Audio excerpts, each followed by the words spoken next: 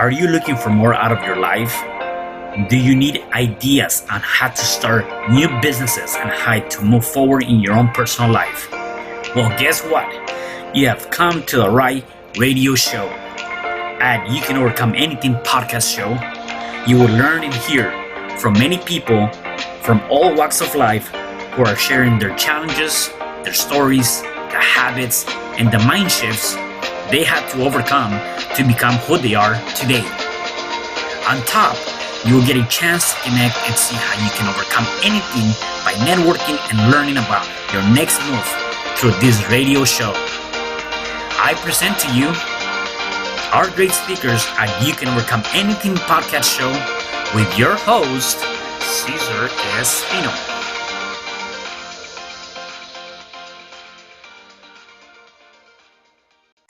Hey there, welcome back. It is your friend Cesar Espino, and you can find me at www.cesarrespino.com. And you are at You Can Overcome Anything podcast show. Today, I have a special guest. His name is Brandon Knable. Hey, Brandon, how are you? I'm doing fantastic, man. How are you? I'm doing wonderful, man. Thank you for being here. Before we dive in, I want to give the listeners and viewers a little bit of your background. So Brandon came from depression. He actually tried to commit suicide multiple times and almost stabbed his mom, and has a much bigger history behind him. He is now drug-free after 5 years, has a great relationship with his mom and sister, and has worked on his anger and depression obstacles, and now owns a company that specializes in helping other men that are going through similar obstacles as you did in the past. So before we dive into all of that, I wanted to get more of you. Tell me more of your background. Where were you born, and some of your childhood history? So I was born in Tucson, Arizona. So a little bit about my childhood history. I was actually, just a normal kid, just like anybody else. I'd say I had a normal childhood. But well, that's what I thought, at least until I grew up. I would hang out with friends, I would go to the park, go to school, stuff like that. And I'd say I had a normal childhood. Yeah, no, awesome. And talking about your anger and your depression, when did that started? That started about, I'd say 11 or 12 years old. Okay. And how did that come about? Was it the environment? How did that come into play? So it was definitely the environment. Believe it or not, as whether people want to believe it or not, environment has a huge effect on you. And so, I was just in a very negative environment. My family was always condescending. Every time we would go gather around as a family, somebody was always leaving, sad or upset. And unfortunately, I took on a lot of that stuff. And so it just really affected me, as I was growing up. So. Got it. And then in terms of, when we look back at the anger and the depression, I do believe that, and I do believe that you are kind of like the average of the 5 people you hang around with, and there's a lot that goes with that, right? More or less, though, for you going through that depression and going through that anger, and what was your remedy? Like, how did you cope with that in your life? Cope with it, as in how was I able to overcome it, or okay. No, how do you deal with that? Yeah. Oh, how did I deal with it? Well, that's when I fell into drugs, and that's when I would bang my head against glass, pretty much breaking my windows, punching holes in the trailer that we lived in, almost stabbing my mom, pushing my sister, into big, this big tree, little tree that we had outside. And it was just really, really bad, man, honestly. And so is that was all out of anger because of the society or the environment you were being brought up upon? Is it that's the primary reason, or were there other factors that led you to being so angry?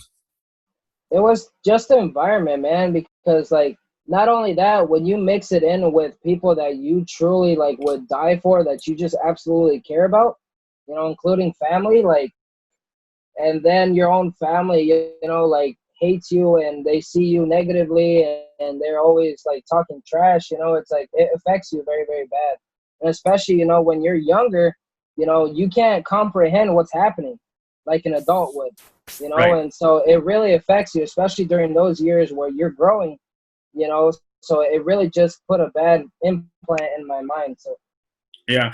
And in terms of the associations with people, um, you turning to drugs, you turning to alcohol and a bunch of other things.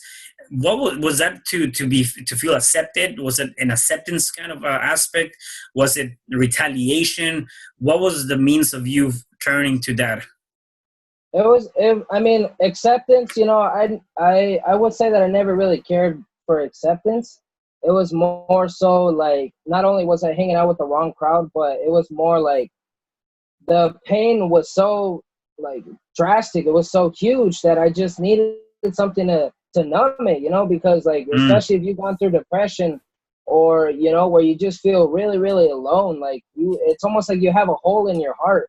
And I just thought that by doing drugs and being angry and stuff like that, I just thought that it would fill that hole, but it didn't. yeah, and you attempted to commit suicide multiple times. What was going through your mind that you said, you know what, it's not worth me being here, that I need to just take my life? You know, just thinking about it, man, puts me in the feels, because, you know, like all the times that I've tried committing suicide, I feel like it just happened yesterday because of all the emotions and stuff. And, you know, at the time, it was a mixture of emotions, man. You know, it was anger, it was sadness, it was hopelessness, you know, it was, you know, feeling alone and scared, man. Like I've never, like, what people don't realize is when you try to commit suicide, you feel scared, man. Like I don't know anybody that has tried to commit suicide and they weren't scared to either pull the trigger or to crash their car into a pole like I almost did, or pop a bunch of pills to where you didn't want to wake up the next day. And so like those were just emotions that were running through my head, man. Yeah, yeah. I can only imagine, somebody going through that, or yourself going through that. And the one thing that comes to mind is, again, like, you know, and not being in that place is hard for me to relate. Yet I'm sure that there's people that might have, that are listening to us or watching us, that either might have gone through that or have gone through that. And they need that connection, they need more so somebody to be able to say, you don't have to go that route. And that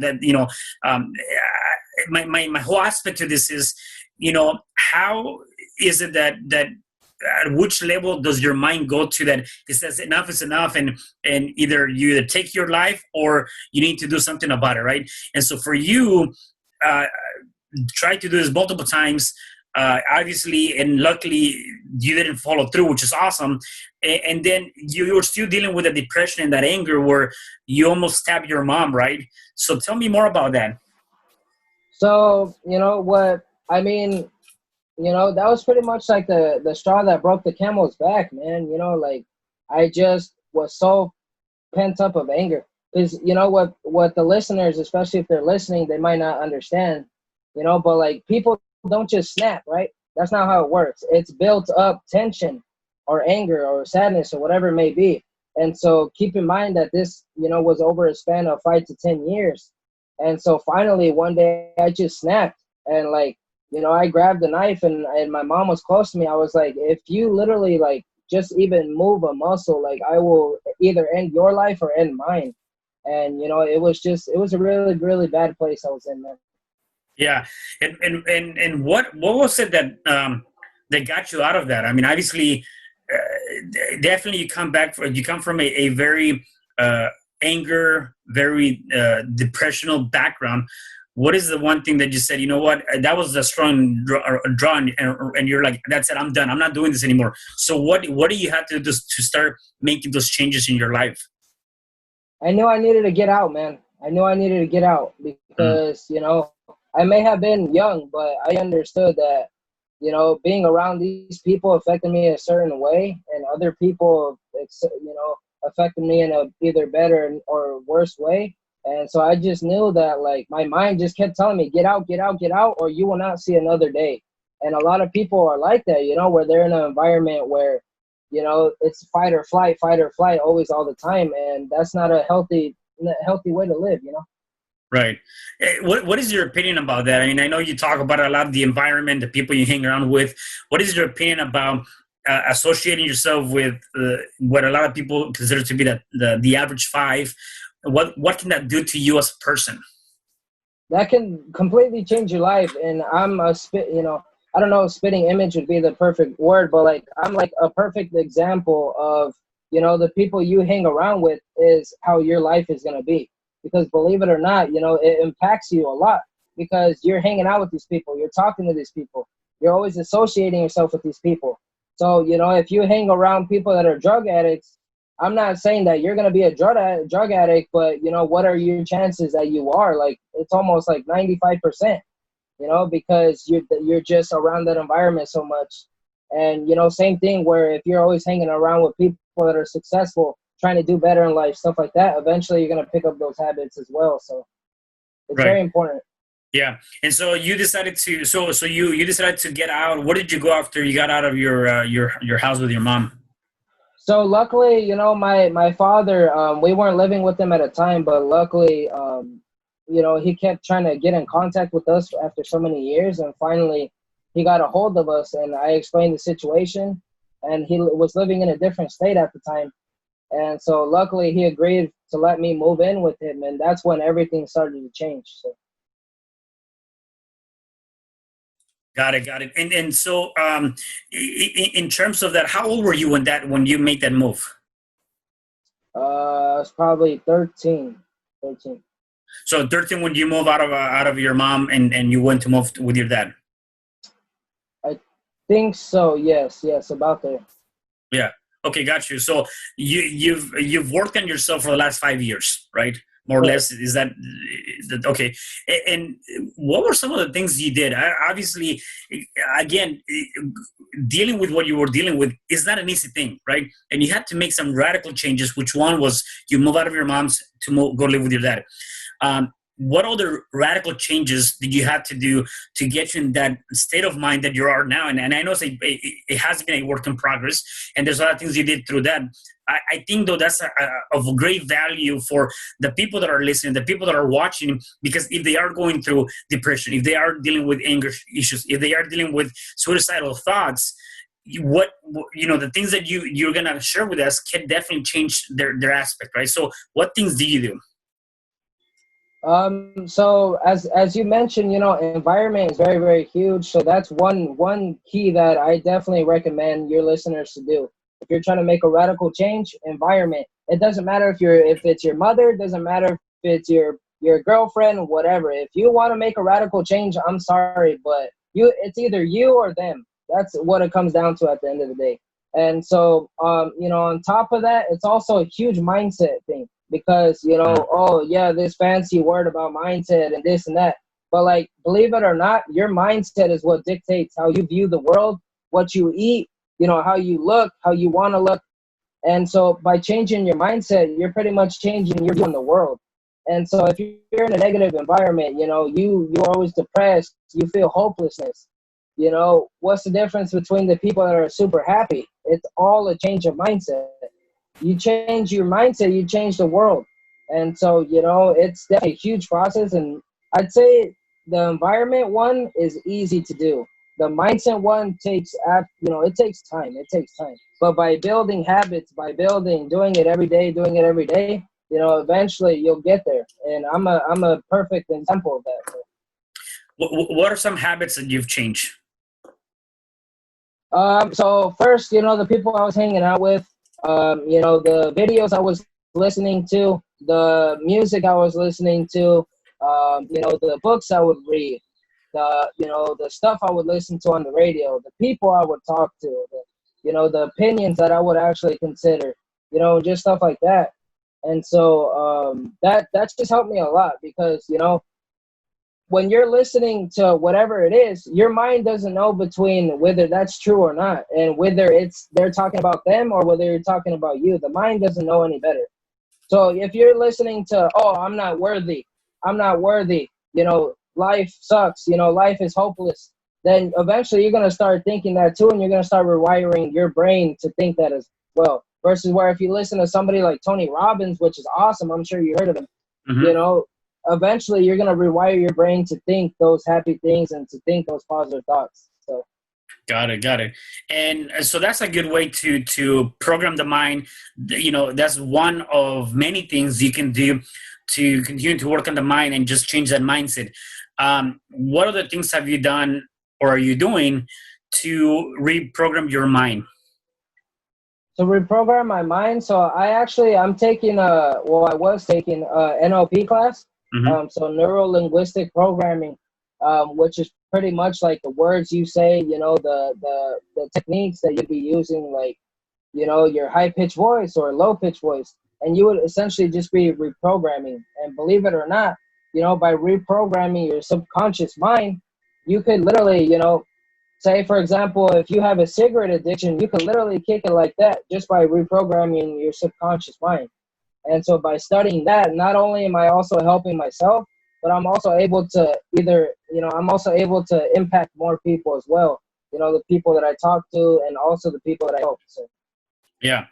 And that's actually a good it's a good thing to do. That's actually how I met you, right? That's how we met, through exactly. through that NLP community. Which again, you have we go back to the association and the group of people you end up hanging around with. And a lot of the people that are part of this community are people that have gone through possibly some obstacles, and they're overcoming those obstacles, or they really just want to be able to help out more people come out of those obstacles. And it really comes down to it. It is finding that association. And like you mentioned, the neuro, which is the program of the mind, the linguistic, the way you speak to, which is also the way you speak to yourself or how you speak to others, and then the physiology too, right? And so that is something that I also obviously embody a lot myself, because I do believe on that. And you obviously doing that is good. So how old are you now, by the way? I'm 20, man. Gonna be 21 in July, actually. Yeah, yeah. And so that I wanted to make that illustration, because again, we go back to you, at the age of 11 or so, having this anger, building so much anger, going through a lot of those different things, and really just taking your life, from the time that you're 11 to now, to like literally 360. It's amazing, right? I gotta give you props for that.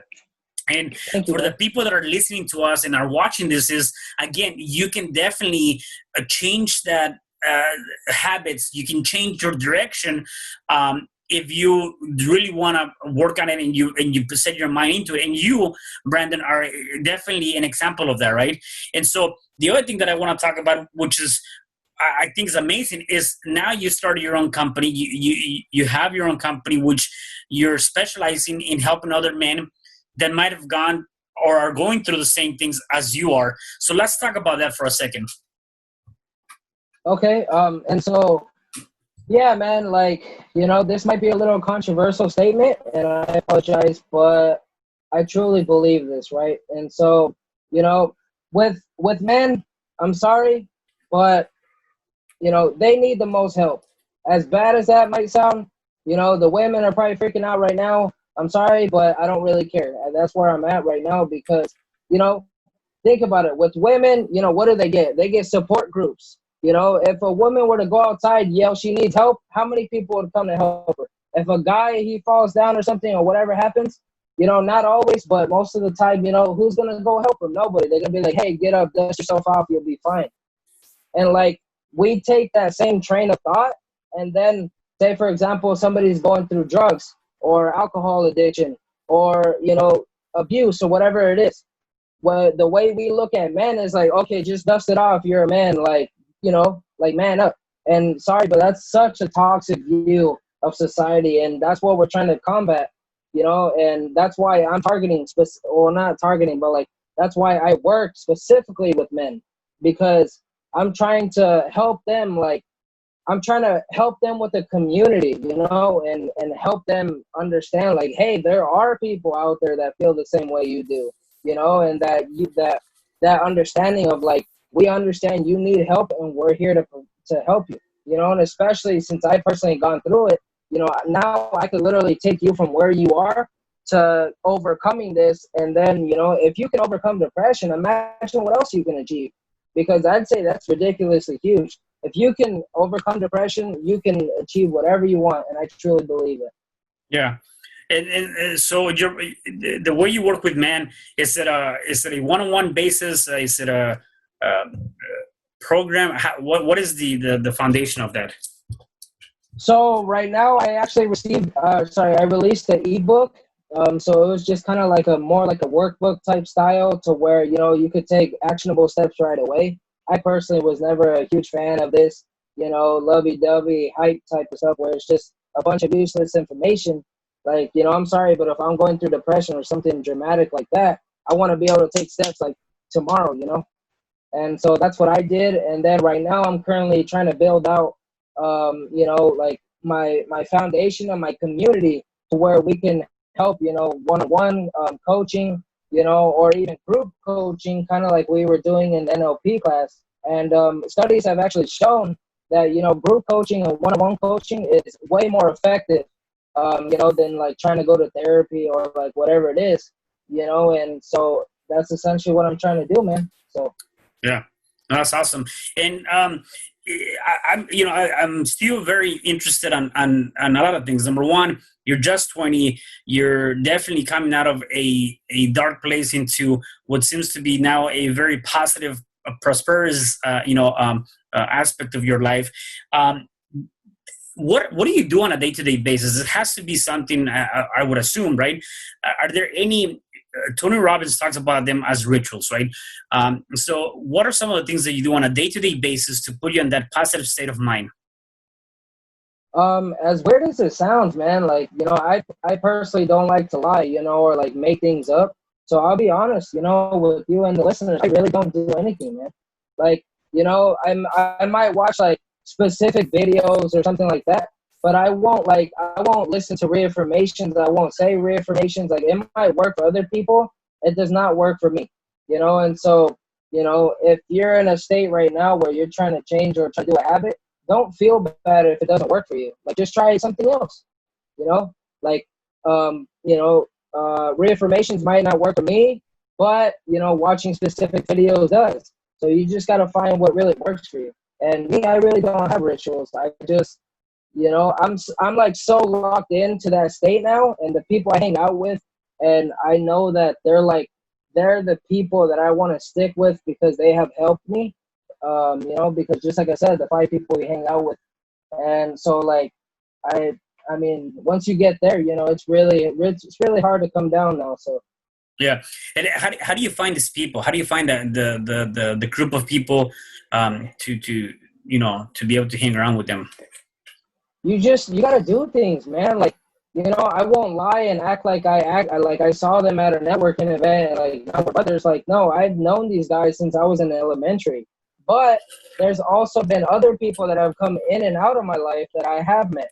And like things didn't work out, for whatever reason. And but the way most people meet, other people is you go to networking events, maybe you go to concerts, maybe you are in like a Facebook group or group coaching or whatever it may be. You just got to put yourself out there, and you just got to be vulnerable with people. That's like the way people see vulnerability is just very, very bad way to look at it. Like, vulnerability is a good thing. It helps you connect. If I wasn't vulnerable with you guys, this would be a very, very sad podcast. Like, nobody would want to listen, Right. and so like by being vulnerable, it helps you connect even more on a deeper level with people. And by being vulnerable, going out there, actually trying to meet these people, you will meet your people eventually, guaranteed. Yeah, definitely. And in terms of that, though, I mean, I think that's a very crucial thing. I know as of the recording of this video, we're still in the COVID-19, and so people will say, "Why can't I go out and network? I cannot go out and do this?" And a lot of times we tend to put in front so many more excuses, and we don't act upon that, the action, right? And you talked about, you just gotta act, you gotta do it, you gotta get out and do it. So even in a state of mind like this, where there's not a whole lot, you cannot go out to an actual networking event. There's other things we can do, which is connect through virtually, right? I mean, we can, with technology now, there's no excuse. We can get on a Zoom, we can get on a FaceTime, we can get on, even Messenger has a way for you to do it, a face to face. do you have any tips? Because I know that maybe if we have a crowd that is listening, that is more of a older crowd, they're gonna be like, well, I don't know how to maneuver through technology, right? Do you have any tips on how people can connect through the current technology and be able to get a hold of that person that might be a good fit for their group of network? So especially during a time like this, like, so things are starting to slowly open up. So, you still have that connection, but you just got to be careful nowadays. But I truly believe, like, with this technology, I'm sorry, but if my grandmother and my mother can be on Facebook all day, every day, like, there's no excuse for you. I understand this technological illiterate type stuff. It's just another excuse. I'm sorry, but like, at the end of the day, you know, obstacles that you're literally putting yourself in front of your path to not get to the goal, it's excuses. Oh, I can't learn Facebook. I'm sorry, but I was not born with Facebook. I'm young. I was not born with Facebook. Ever since, like, when I was young, I had to learn how to use the phone. I had to learn how to use Zoom. You had to learn, for the older crowd, you had to learn how to drive a car. You didn't just get in the car and press the gas. You didn't even know which one was the gas. So, you got to learn. You just got to buckle down. And, if you truly want to connect and create that sphere of really, really good people, I suggest, you start today and really stop saying excuses, because that's all it is. So. Yeah, definitely. So, Brandon, I have a couple more questions for you before I let you go. Number one is, Okay. if people wanted to connect with you, where could they find you, and how can they connect with you? So you can actually reach out to me on Facebook. So it's www.facebook.com/Brandon and then .Knable, I believe. And then another slash. So that's where you can reach me. If you want a friend request me, I'm super nice. Like, I'm not the type of person to where you see me on a podcast, I'm a different person. Out of the podcast, I'm literally the same way. And so reach out to there. Please send me a message though. And just, tell me how you were able to find me, and we'll talk there. And also, that's my main platform. Or also, you can actually grab my ebook. Like, if you really, really relate with what I am, I really put my heart into that. It's also free as well. So it's www.depressionhackerplaybook.com, and all you do is just put in your email. It should automatically send it to you, and I really just really hope it helps you. Yeah. So, Yeah, and I'll have all that information here for the listeners and viewers to get. One thing you mentioned is, and I just want you to elaborate on that very, very briefly, if you can. It says change is not impossible; it's only impossible if you don't try. Can you elaborate more on that? yeah, so I mean, because so many people, just like with the excuses, right? They always try to come up. So, for example, for every like goal that they have, they'll come up with 100 excuses of why they can't. And I'm sorry, but as entrepreneurs, as people in general, like, I truly believe, and I inherit this, a lot. Like, I embody it, where it's like, I've seen many 60-year-old, 7-year-old people where they were on their deathbed, and they're literally, I wish I would have done this. I wish I had done that. And I truly believe that by embodying that spirit, like, because they didn't do anything, right? So by not trying, they did not achieve. But, if they would have tried, maybe even if you fail, but at least you can die knowing that you tried. And I truly believe that that's enough courage in itself. So. Yeah, awesome. And you've given us a lot of great information. So, if you were to give us one last advice for somebody that might be going through some challenging aspect in their life or not, but if you want to give us a one last tip on how people can overcome anything in their life, what would that be? Really just mindset, and just understand that you're not alone. Like, as humans, we tend to think that we're only going through a specific situation. But you have to realize there's 7 billion people on this planet as we speak. And, somebody's bound to have gone through the same thing as you. Like, please don't get into that mindset of like you're alone, because you're not. And if you ever get into that mindset, please reach out to me, because I know what it feels like. So just mindset, and just, having that perspective of understanding you're not alone. So. Brandon, thank you so much. I mean, you definitely, in just a short period of time, with your age, you've been able to overcome so much in your life. And that's definitely a testament of the things that you can do as long as you keep working on your mind and continue to stay focused on that end goal, which is exactly what you're doing. So I really appreciate you being on the show and enjoy, you giving us all these different aspects and ideas. So thank you so much for being here. Thank you so much, man. I appreciate it. Awesome. And for the rest of you guys, do me a favor. Please make sure you like, subscribe, comment on this podcast. Make sure you reach out to Brandon, get his ebook, and just give us some feedback on this podcast. Please make sure you subscribe. Very, very important. Also, stay tuned for the next podcasts that are coming up. See you till next time. Have a good one. Bye. Hi, I'm Cesar Espino, real estate investor, business coach, and consultant, and author of the book, You Can Overcome Anything, Even When the World Says No. My number is 424-501-6046. In my book, I talk about making the necessary changes to shift your mind for prosperity and certainty. Pick up your copy at Amazon. I also love helping families with their real estate and can purchase your house fast and all cash. Follow me on Instagram, Facebook, and LinkedIn. My number is 424-501-6046. Thank you for having me today. I am so glad you tuned in to this podcast. You can find me at Spreaker.com, where you can like and subscribe. And to learn more about myself and my services, you can find me at www.cesarrespino.com, or you can also find me at Facebook under Cesar R. Espino. Once again, thanks for joining me. I am looking forward to having you at the next episode, and know that you truly can overcome anything.